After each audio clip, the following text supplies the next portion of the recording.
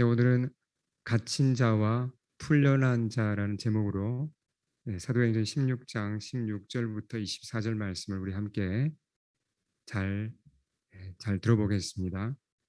자, 어, 오늘은 이제 지도가 없지만 이제 현재 바울의 선교팀이 어느 부근에 있는지 우리가 잘 이제 좀 기억하는 것이 말씀 이해에 많은 도움이 됩니다. 어떤 배경이죠? 지금 어떤 지역에 가 있죠?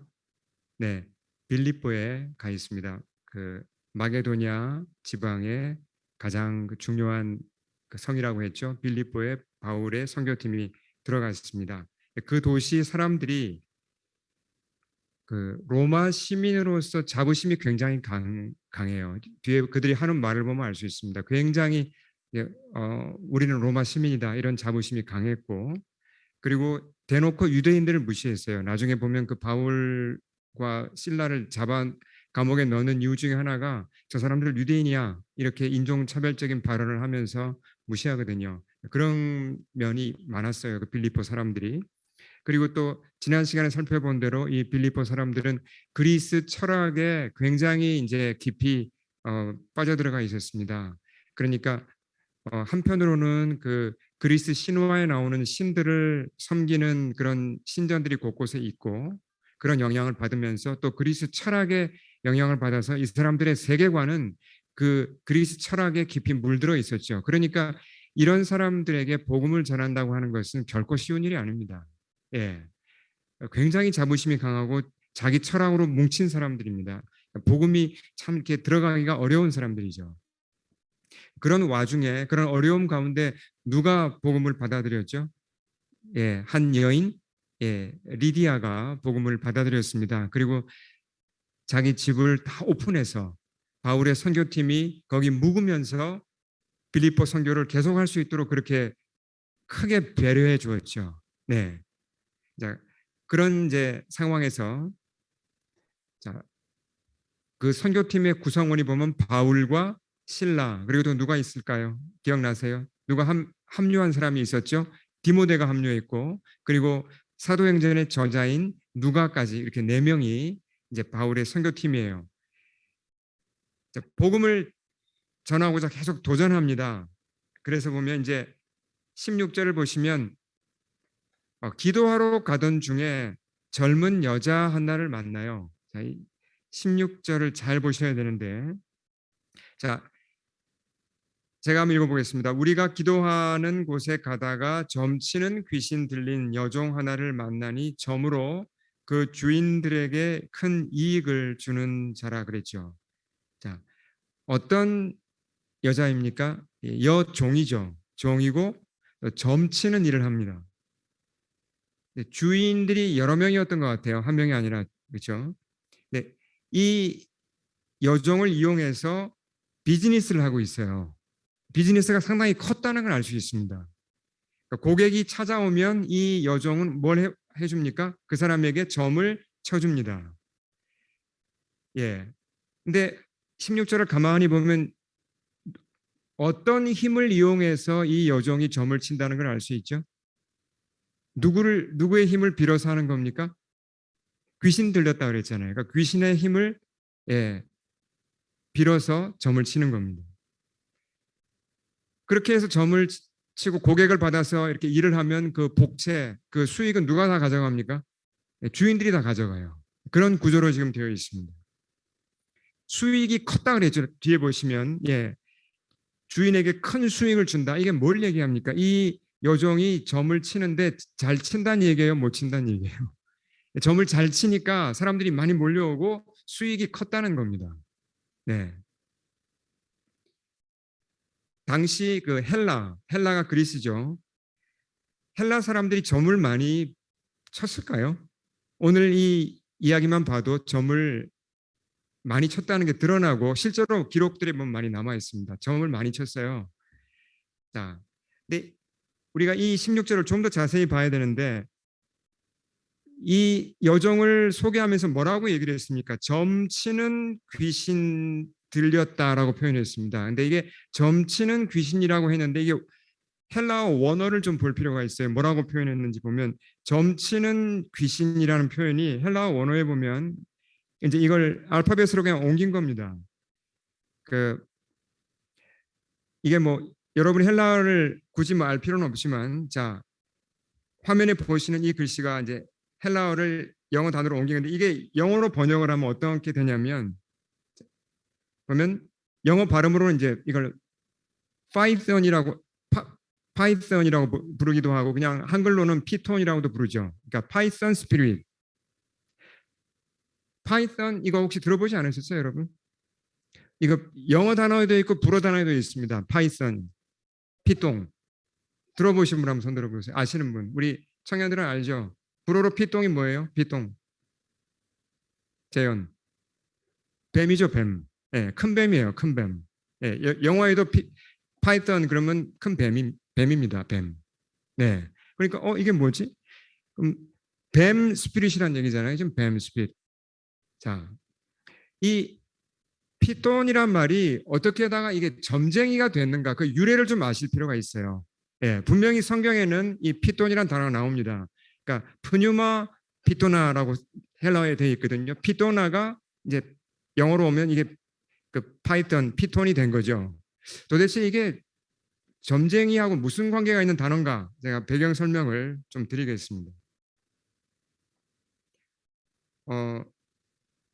자, 피톤 그러면 우리 좀 전에 우리 재현 형제가 답을 했듯이 이제 왕뱀을 가르쳐요. 비단뱀을 의미합니다. 오늘날에는.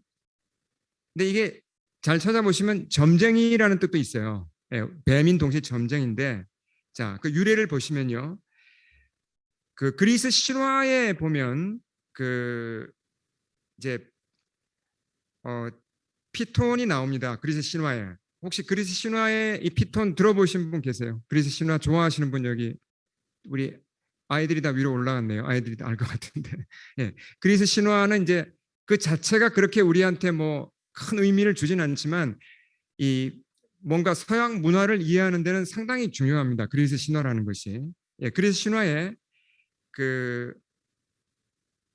피톤이 거대한 뱀입니다. 근데 땅의 여신인, 예, 좀 이제 복잡한 것 같지만 그냥 편하게 들으시면 되겠습니다. 이게 성경이 아니라 그리스 신화를 조금 더 설명하는 겁니다.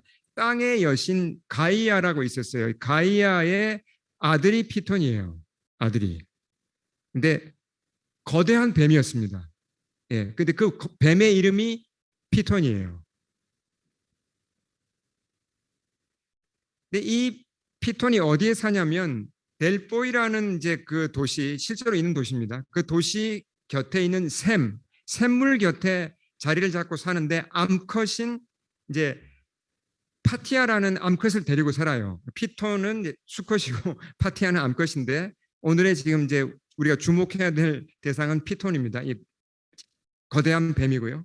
근데 샘물을 뚫어오는 사람들을 괴롭혀요, 이 피톤이. 근데 피톤이 하는 일 중에 특별한 일이 있습니다. 그게 뭐냐면 피톤이 어떤 일을 하냐면 신탁을 해요. 신탁. 여러분 신탁이 뭐죠? 신탁. 이제 영어나 불어는 이제 오라클이라고 부르죠. 오라클.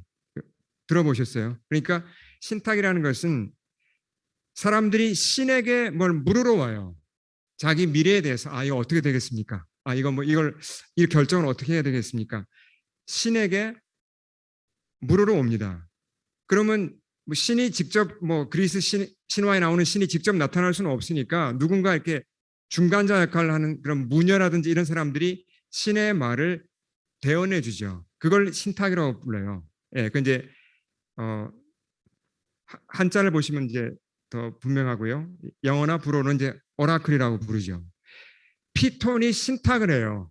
예, 가이아한테 가서 물어와가지고 자기 어머니잖아요. 신탁하는 일을 합니다. 이게 다 지금 신화 얘기하는 겁니다. 신화의 내용이에요. 근데 그 어느 날 제우스의 아들 중에 아폴론이라고 있습니다. 아폴론 들어보셨죠? 12신 중에 하나죠. 아폴론도 뭔가 이렇게 신탁에 좀 관심이 있던 차에 내가 저 자리를 좀 차지하자. 그래가지고 아폴론이 와서 이 피톤을 활로 쏘아 죽입니다. 그리고 자기가 이제 그 신탁을 주관하려고 해요. 암컷이 있었죠. 피토는 수컷이고 암컷은 앞에 보시면 파티아라는 암컷은 죽이지 않고 이걸 사람으로 이렇게 뭐 둔갑을 시킨다고 하나요? 사람으로 바꿔 가지고 무녀로 만들어요. 그래서 어쨌든 한마디로 말하면 아폴론이 자기가 이제 신탁을 하는 겁니다. 여기까지가 신화예요. 신화. 네, 실제로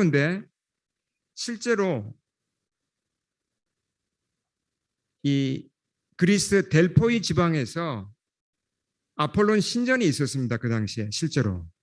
그리고 사람들이 가서 신탁을 많이 했어요. 심지어 누가 찾아왔는가? 장군들, 황제, 왕 이런 사람들이 찾아와서 신탁을 해요. 예를 들어서 이제 전쟁을 해야 됩니다. 어느 나라와 함께. 아니 전쟁을 언제 시작할지 어떻게 해야 할지 이런 중요한 결정을 앞두면 델포이에 찾아와 가지고 묻는 거예요. 아폴론에게. 이거 어떻게 해야 되냐고. 마치 우리 한국 사람들이 점 믿는 사람들이 어떻게 합니까? 중요한 결정을 앞두고 사업을 앞두고 뭔가 이사를 앞두고 와서 보면 점 보러 가잖아요. 그 비슷한 겁니다. 그렇게 이제 물으면 무녀들이 이제 아폴론 신전에 있는 무녀들이 뭔가 이렇게 이제 미디어 답을 줍니다. 그게 굉장히 성행했어요. 그래서 군대나 어떤 이제 왕들이 중요한 결정을 앞두고는 반드시 가서 신탁을 했습니다. 이게 그리스 문화였어요. 자, 그러니까 다시 바울 이야기로 돌아가면요. 네. 자, 좀 뒤로 돌아가겠습니다. 16절을 보시면 이 여자 점쟁이는 도대체 뭘 했다는 겁니까? 한마디로 말하면 신탁을 한 거예요. 신탁을. 여기서도. 그러니까 사람들이 자기 미래에 대해서 물으러 오면 이 여종이 신탁을 해준 거죠. 근데 이 본문을 잘 보시면 신탁을 해주는 주체가 누구예요? 주체가? 무슨 신이 있습니까? 아폴론이 있습니까? 여기에? 16절을 보면 누가 신탁을 주관한다는 걸 알 수 있죠? 귀신이에요. 이블 스피릿. 영적으로 보면 악령들이죠. 악령이 하는 장난입니다. 사실 모든 신탁은 모든 점과 관계된 것, 동양이나 서양 관계없습니다. 그 뒤에는 누가 있다는 게 드러나죠. 오늘 말씀을 보면 악령이 있는 거예요. 사실은 신탁을 하고자 하고 점을 치고자 하고 한다는 것은 대단히 어리석은 일일 뿐만 아니라 얼마나 위험한지 우리가 알 수 있죠. 오늘 말씀이 드러냅니다. 빌립보 사람들이 이런 거짓된 것에 꽉 잡혀 있다는 것이 이 사건 하나로 드러나는 거죠. 자, 계속 이 여종 스토리를 보겠습니다. 자, 17절로 넘어가서 보시면 17절 우리 같이 한번 읽어보겠습니다. 17절과 18절을 같이 크게 한번 읽겠습니다. 시작. 그가 바울과 우리를 따라와 소리질러 이르되 이 사람들은 지극히 높은 하나님의 종으로서 구원의 길을 너희에게 전하는 자라 하며 이같이 여러 날을 하는지라 바울이 심히 괴로워하여. 이 여종이 이상하게 바울 일행을 따라다녀요. 자기 일은 하지 않고. 그러면서 막 소리를 지릅니다. 뭐라고 소리를 지르죠? 이 사람들은 지극히 높은 하나님의 종으로서 뭐 어쩌고 막 이렇게 소리를 질러요. 자, 근데 이 여종이 지금 귀신 들린 이 사람이 지르면서 하는 말이 좀 이상하지 않아요, 여러분? 뭐라고 얘기합니까? 지극히 높은 하나님의 종이다. 그리고 구원의 길을 너에게 전하고 있다. 언론들은 뭐 전도하는 것 같잖아요. 그렇죠? 그러면 이 여종의 이 지금 말이 전도에 도움이 될까요? 방해가 될까요? 언론 보면 도움이 되는 것 같은데 전혀 그렇지 않습니다. 자, 이 말을 가만히 보면 지극히 높은 하나님의 아들, 지극히 높은 그냥 하나님, the most high God이라는 표현을 썼는데 영어로 God 그러면 하나님도 되고 또 뭐도 되죠? 그냥 신도 되죠. 헬라어도 마찬가지예요. 그러니까 지극히 높은 하나님, the most high God이라는 표현을 쓰면 제우스도 될 수 있어요. 그리스 사람들이 섬기는 제일 높은 신 제우스도 이 표현으로 된다는 얘기죠. 이게 여호와 하나님인지 제우스인지 구별이 안 가는 얘기를 한 겁니다. 그리고 구원이란 말을 했잖아요. 그럼 이 구원이 진짜 복음을 통한 그리스도를 믿음으로 구원을 받는 건지 아니면 일반적으로 그냥 뭐 어려움에서 건져주는 구원인지 이것도 구별이 안 돼요. 애매한 말을 한 겁니다. 사실은. 자, 그러니까 이 여종이 사실은 여종을 통해서 누가 얘기한 겁니까? 마귀 지금 그 귀신이 하는 얘기죠. 지금 바울을 방해하는 겁니다. 어떤 식으로 방해를 하는 거죠? 저 사람들이 전하는 신은 우리 그리스 사람들이 믿는 제우스나 뭐 아폴론이나 이런 신하고 별 차이가 없다. 저 사람들이 전하는 구원은 우리가 이미 알고 있는 그런 구원하고 별 차이가 없다. 이 얘기하는 거예요, 사실은. 방해하는 거죠, 바울을. 바울이 그러니까 그걸 알아채고 참다 못해서 자, 어떻게 했죠? 자, 우리 크게 18절 크게 한번 선포하는 마음으로 우리 18절을 같이 한번 읽겠습니다. 시작. 예수 그리스도의 이름으로 내가 내게 명하노니 그에게서 나오라. 즉시 악령이 나갔습니다. 여러분 생각해 보세요. 악령에 붙잡혀 있던 묶여 있던 이 여종이 해방되었어요. 이 내 동생이라고 생각할 때, 내 자녀라고 생각할 때 이런 일이 일어났다. 이 얼마나 기쁜 일입니까? 그 악령에 묶여 있던 한 사람이 지금 풀려난 겁니다. 정말 기쁘고 감사할 일이죠. 근데 이 여종의 주인들은 전혀 기쁘지가 않았어요. 전혀. 오히려 바울하고 신라한테 법적인 책임을 지금 묻고자 합니다. 19절 보시면 이 사람들이 여종의 주인 이 사람들이 왜 이렇게 기분 나빠하고 법적인 책임을 묻고자 하죠? 제가 읽겠습니다. 여종의 주인들은 자기 수익의 소망이 끊어진 것을 보고 바울과 신라를 붙잡아 장토로 관리들에게 끌어갔다가 그랬습니다. 자, 다시 한번 잘 보십시오. 귀신이 떠나가니까 이 여종이 이제 뭘 못하게 된 거죠? 예, 점을 못 치게 된 거예요. 신탁을 더 이상 못하게 된 거예요. 영적인 세계가 참 보면 참 신기합니다. 예. 주인들이 볼 때는 이 여종이 지금 귀신에서 해방됐느냐 안 됐느냐 뭐 자유를 얻었느냐 그건 관심이 없고 점을 못 치니까 어떻게 된 겁니까? 우리 어떻게 영업하지? 우린 이제 망했다. 그렇게 반응을 보이는 겁니다. 그래서 바울 일행에게 보복을 하고자 하죠. 자, 저를 보시기 바랍니다. 자, 이 상황을 우리 다시 한번 여러분 잘 우리가 인지할 필요가 있어요. 이 어떤 상황인지. 자, 이 주인들 입장에서 다시 한번 생각을 해보죠. 이 주인들에게 어떤 시간이 지금 다가온 겁니까? 이 주인들에게요. 복음이 가까이 왔잖아요. 그렇죠? 이 사람들이 한 말을 가만히 이렇게 뒤에 한 말도 종합적으로 들어보면요. 바울이 전하는 복음을 들었을까요, 이 사람들이? 들었습니다. 복음을 들었어요. 그리고 이 사람들의 여종, 그 여종이 귀신에 붙잡혀 있었는데 누구의 이름으로 자유를 얻었죠? 예수 그리스도의 이름으로.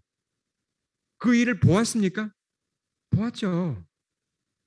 바로 눈앞에서 그런 놀라운 일이 일어난 겁니다. 예수 그리스도의 이름으로. 복음도 들었어요. 이제 하나님의 초청이 이 사람들한테 지금 주어진 거예요. 구원받으라고 손을 여기까지 내민 겁니다. 찾아와서 빌립보까지 찾아와서 그들에게 보여준 거예요. 구원이 여기 있다. 너희가 손만 내밀면 이제 구원을 받는다. 자유를 얻고 하나님의 자녀가 되고 천국을 얻는다는 그 초청이 주어진 겁니다. 자, 근데 이 사람들의 반응이 어때요? 어떻게 반응합니까? 20절, 21절 우리 같이 한 목소리로 읽겠습니다. 시작. 상관들 앞에 데리고 가서 말하되 로마 사람인 우리가 받지도 못하고 행하지도 못할 풍성을 전한다 하거늘 이 사람들 반응이 뭐죠? 끝까지 바울과 신라를 밀쳐내요. 우리 있는 거 필요 없다고 막 화내고 이렇게 보복을 하고 있습니다. 자, 복음을 들었는데 복음을 어떻게 폄하하죠? 이 20절 말씀을 보면 이들이 복음을 어떻게 폄하하는지가 드러납니다. 뭐라고 그러죠? 아, 이상한 얘기야. 우리 로마 사람인 우리가 받지도 못하고 우리가 도저히 우리 감당할 수 없는 이상한 얘기를 우리한테 전했습니다. 그렇게 복음을 폄하하고 있습니다. 거부한다는 거죠. 자, 이 사람들이 이렇게 복음을 거절하는 진짜 이유가 뭘까요? 바로 앞에까지 복음이 다가왔잖아요. 이제 정말 받으면 됩니다. 바로 복음이 선포되었는데 예수님의 능력도 바로 자기들의 눈앞에서 이렇게 예수님의 이름으로 한 사람이 구원받는 걸 봤잖아요. 주님의 초청이 그렇게 가까이 다가왔는데 손만 내밀어서 잡으면 되는데 왜 이렇게 끝까지 완악하게 거절하죠? 그 거절하는 근본 이유가 뭡니까? 오늘 본문이 우리한테 본문에서 자 19절에서 그 이유가 드러납니다. 뭐죠? 무슨 얘기를 했습니까? 돈 얘기를 했어요. 한마디로 말하면. 아, 우리 이제 수익이 다 끊어졌다. 아, 우리는 어떡하지? 멘붕이 온 거예요. 그냥 거기서 돈을 더 못 번다는 것에서. 이 사람들은 그러니까 돈에 조금 욕심을 내는 정도가 아니라 어떤 상태입니까? 돈에 묶여 있습니다. 그렇죠? 아니 이런 중요한 순간에도 지금 돈 생각밖에 못 해요. 그러니까 우리가 늘 듣지만 이거 다시 한번 잘하면 그 의미를 생각을 해봐야 되는데요. 그러니까 문자 그대로 돈이 우상이 된 겁니다. 우상이 된다는 건요 사실 굉장히 무서운 표현이에요. 많은 사람들이 우상을 섬깁니다. 크리스찬도 마찬가지예요. 돈도 섬기고 명예도 섬기고 뭐 여러 가지 욕심도 섬기고 여러 가지 우상이 우리 속에 있는데 우상의 특징이 뭐냐면 내가 그 우상이 있다는 걸 모른다는 거예요. 절대로 모릅니다. 절대로 아니라 그래요. 내가 무슨 돈을 우상으로 섬겨요? 아닙니다. 아닙니다. 그럴 리가요. 속고 있죠, 자기도. 이 사람들도 아마 마찬가지였을 거예요. 자, 성경이 우리한테 두 가지를 대조합니다. 이 여종은 무엇에 묶여 있었죠? 무엇에 노예가 되어 있었습니까? 점치는 여종은요? 귀신에게 묶여 있었고 노예가 되어 있었습니다. 자, 그러면 이 주인들은요? 겉으로 볼 땐 자유롭잖아요. 그러나 사실은 무엇에 묶여 있었죠? 돈이라는 우상에 묶여 있습니다. 노예가 되어 있어요. 아니, 하나님의 자녀가 될 수 있는 기회가 바로 앞에까지 주어졌는데 그걸 거절합니다. 안 보이는 거예요, 그게. 중요한 게 못 느껴지는 거예요. 그냥 돈 생각밖에 안 나요. 아, 우린 지금 망했다. 어떡하지? 거기에 묶여 있는 겁니다. 여종은 풀려났습니까? 마귀의 여종은 귀신에게서 풀려났습니까? 풀려났습니다. 예수님의 이름으로. 이 주인들은요. 아직 풀려나지 못했어요. 우리가 심각하게 생각해 봐야 될 메시지입니다. 혹시 나는 어떤 우상에 이렇게 묶여 있는 게 아닌가? 자, 이 사건이 이 사도행전 16장의 이 사건을 읽으면요. 반드시 떠오르는 연상되는 사건이 복음서의 사건이 하나가 나옵니다. 뭘까요? 너무나 닮았어요. 예수님이 일으키신 사건하고 너무 닮았어요. 너무. 그래서 그 사건을 얘기하지 않을 수가 없습니다. 여러분 연상되십니까? 어떤 사건 하나가? 예수님이 거라사인의 땅으로 가셨죠. 이제 데가볼리 지방이라고 그러잖아요. 데가볼리. 그러니까 데카 10개란 얘기죠. 폴리스, 시티. 10개 그 로마식 도시들이 이제 모여 있던 갈릴리 호수 동쪽 그리고 이제 요단강 그 동편 그쪽에 있던 이제 이방인의 땅으로 예수님이 가셔서 많은 귀신 들린 사람 한 사람을 구원하신 사건 기억나시죠? 예, 마가복음 5장이나 누가복음 8장에 기록되어 있는 겁니다. 그 사건이 너무 닮았어요. 오늘 사건하고. 이 두 사건을 우리가 한번 같이 이제 조합해서 얘기를 할 필요가 있습니다. 자, 다시 한번 이제 간단하게 요약을 하면 어떤 사건이었습니까? 예수님이 배를 타고 갈릴리 호수를 건너가시니까 이상한 사람이 예수님을 맞으러 왔죠. 제자들과 함께 오신 예수님을 맞으러 달려왔는데 그 사람이 많은 귀신에 들린 사람이었습니다. 정말 비정상이었어요. 근데 예수님이 그를 불쌍히 여기셔서 고쳐주십니다. 마을 사람들은 그 사람을 어떻게 취급했죠? 마을 사람들은 이미 포기했어요. 쇠사슬이나 쇠고랑으로 묶어놓고 너무 막 이상한 짓을 하니까 가두기만 했는데 또 끊고 도망가고 하니까 포기했습니다. 돼지보다 못한 정말 짐승보다 못한 사람 취급을 했는데 예수님은 그 사람을 불쌍히 여겨서 치유해 주셨어요. 귀신을 다 내어 쫓고 새 사람으로 만들어 주십니다. 심지어 더 나아가서 그를 예수님의 제자로 불러주세요. 아니 그렇게 망가진 사람을 예수님이 고치셔서 제자로 부르셨어요. 너무나 놀라운 일이죠. 근데 악령들이 그 사람에게서 떠나갈 때 그냥 나갔습니까? 아니면 무슨 요구를 했습니까? 여러분 기억나세요? 어떤 요구를 했죠? 그냥 순순히 안 나갔습니다. 자, 누가복음 8장 32절을 한번 같이 읽어보겠습니다. 시작. 마침 그곳에 많은 돼지떼가 산에서 먹고 있는지라 귀신들이 그 돼지에게로 들어가게 허락하심을 간구하니 이에 허락하시니.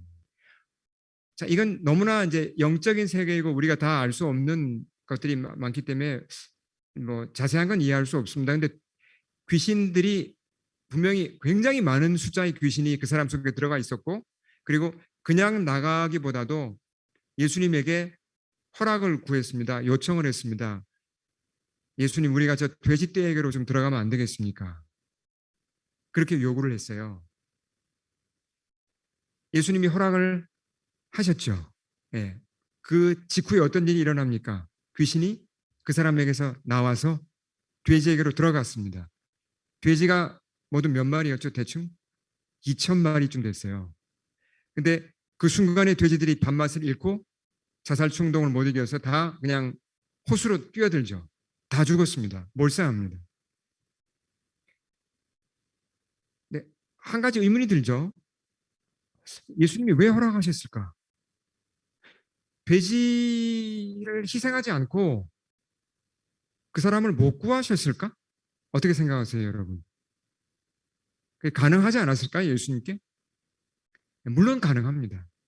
돼지 희생하지 않고도 그 사람 충분히 구원할 수 있습니다. 귀신 내어 쫓을 수 있습니다. 근데 예수님이 귀신들의 요구를 들어주셨어요. 거기에는 어떤 이유가 있습니다. 어떤 메시지가 숨어 있어요. 예, 그렇게 하신 데는. 자, 계속 그 사건을 좀 보겠습니다. 그러니까 돼지를 치던 사람들은 돼지 목동들은 이제 충격이었죠. 뭐 자기들이 돼지를 맡아서 2,000마리나 되는 돼지면 큰 재산인데 그 마을 전체의 재산인데 다 죽었으니까 어떻게 해요? 마을로 그냥 급히 뛰어들어가서 주인들을 불러왔죠. 아, 이런 일이 일어났습니다. 돼지 주인들이 난리가 났습니다. 여러 명의 주인들이 이제 우르르 그냥 다 급하게 뛰어와서 현장으로 지금 달려온 겁니다. 자, 돼지를 키운다. 이 사람들이 돼지를 키운다는 걸 볼 때 유대인입니까? 이 주인들이? 유대인 일리가 없죠. 유대인들은 돼지 안 키웁니다. 그러니까 분명히 이 사람들은 이방인이에요. 이 데가볼리 지방은 이방인들이 사는 지역입니다. 로마 군대가 거기에 주둔을 하고 있었다고 합니다. 예, 그리고 로마 아마 군대에 뭐 납품하는 돼지일 수도 있고 어쨌든 이제 그 이방인들이 돼지를 키웠고 그 주인들도 이방인들입니다. 그 사람들이 지금 달려온 거예요. 예수님이 왜 그곳에 가신 것입니까? 이방인들에게도 복음을 전하고자 간 거예요. 그렇죠? 자, 몰려온 사람들이 성경에 가만히 보시면요. 본 것이 무엇이고 들은 것이 무엇인가를 성경이 자세하게 얘기를 해요. 자, 돼지 주인들이 지금 뛰어왔습니다. 무엇을 처음에 보았다 그러죠? 뭘 보았다고요? 사람들이 그 이루어진 일을 보러 와서, 자, 보러 왔죠? 예수께 이르러 뭘 보았습니까? 귀신 나간 사람이 옷을 입고 정신이 온전하여 예수의 발치에 앉아 있는 것을 어떻게 했다고요? 보았다 그랬습니다. 두 눈으로 보았어요. 그런 기적이 어디 있습니까? 완전히 망가진 사람이었어요. 그 동네 사람들이 다 알고 있는 그 망가진 사람이 지금 새 사람이 되어 있는 겁니다. 충격이죠, 사실은.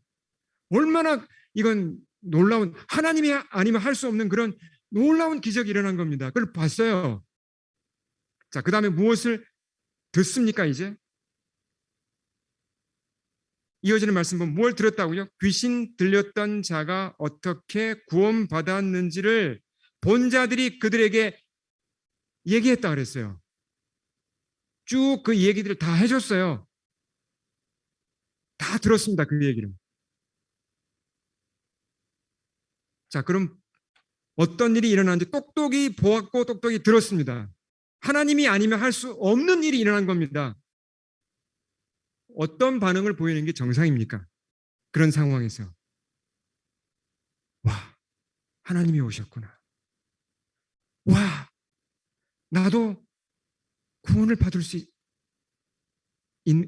내게도 구원의 길이 뭔가 열리나 보다. 뭔가 하나님을 느끼고 뭔가 전율을 느끼면서 어떤 그런 거룩한 소원을 갖는 게 당연한 거 아닌가요? 거룩한 두려움을 갖는 게 당연한 거 아닌가요? 이 사람들의 반응을 보겠습니다. 어떤 반응을 보이는지. 자, 누가복음 8장 37절 같이 읽겠습니다. 시작.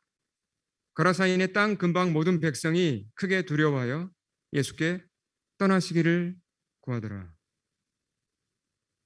나가달라 그럽니다. 예수님께. 떠나주세요. 우리는 당신 필요 없어요. 우리 동네에서, 우리 지역에서 나가주세요. 아니, 분명히 완전히 망가진 사람이 지금 새 사람이 된 걸 보았잖아요. 귀신이 나가는 걸 보았잖아요. 그 증거로 돼지들이 죽었죠. 그 현장을 보고도, 하나님의 임재하신 현장을 보고도 그 하나님으로 이 땅에 오신 예수님을 가세요. 제발 좀 떠나주세요. 이럽니다. 사람들의 반응이. 조금도 기쁘지 않아, 이 사람들은 지금. 두려웠다 그랬죠.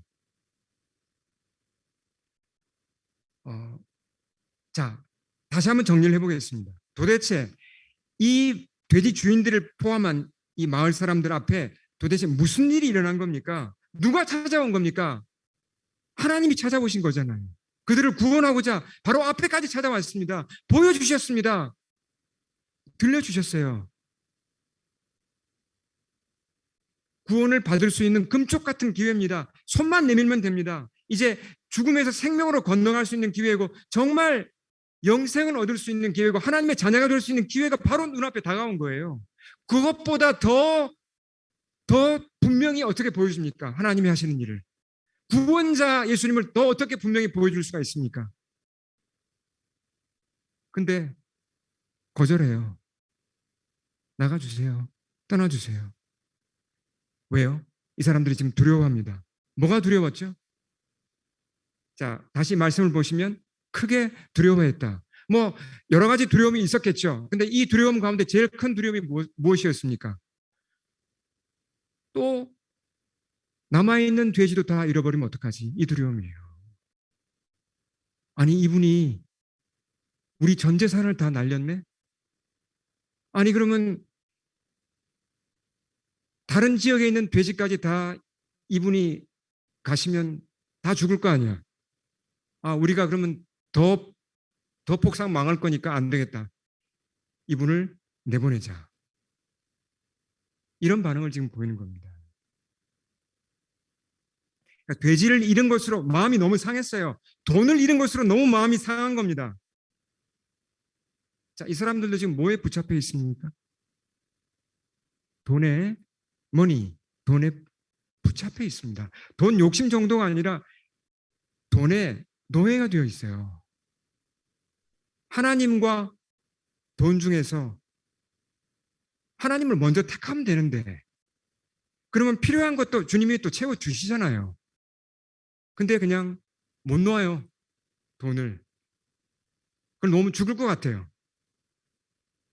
그래서 예수님께 나가달라고 그렇게 이상한 요청을 한 겁니다.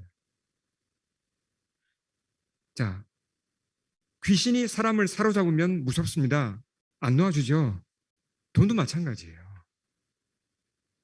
돈에 잡히면 빠져나오지 못해요. 정말 무서운 겁니다. 자, 다시 우리 빌립보 사건과 이 데가볼리 사건을 다시 한번 두 가지를 종합해서 한번 생각해 보겠습니다. 빌립보에서 바울을 통해 복음이 전해졌습니다. 예수님의 이름으로 그 점치는 귀신 들린 여자가 나왔잖아요. 그렇죠? 예수님의 이름으로 복음이 선포되었습니다. 근데 빌립보 사람들은 거절했어요. 선포된 복음 앞에서 이상한 풍속이야. 우리 이런 거 감당 못해. 고소해버렸어요.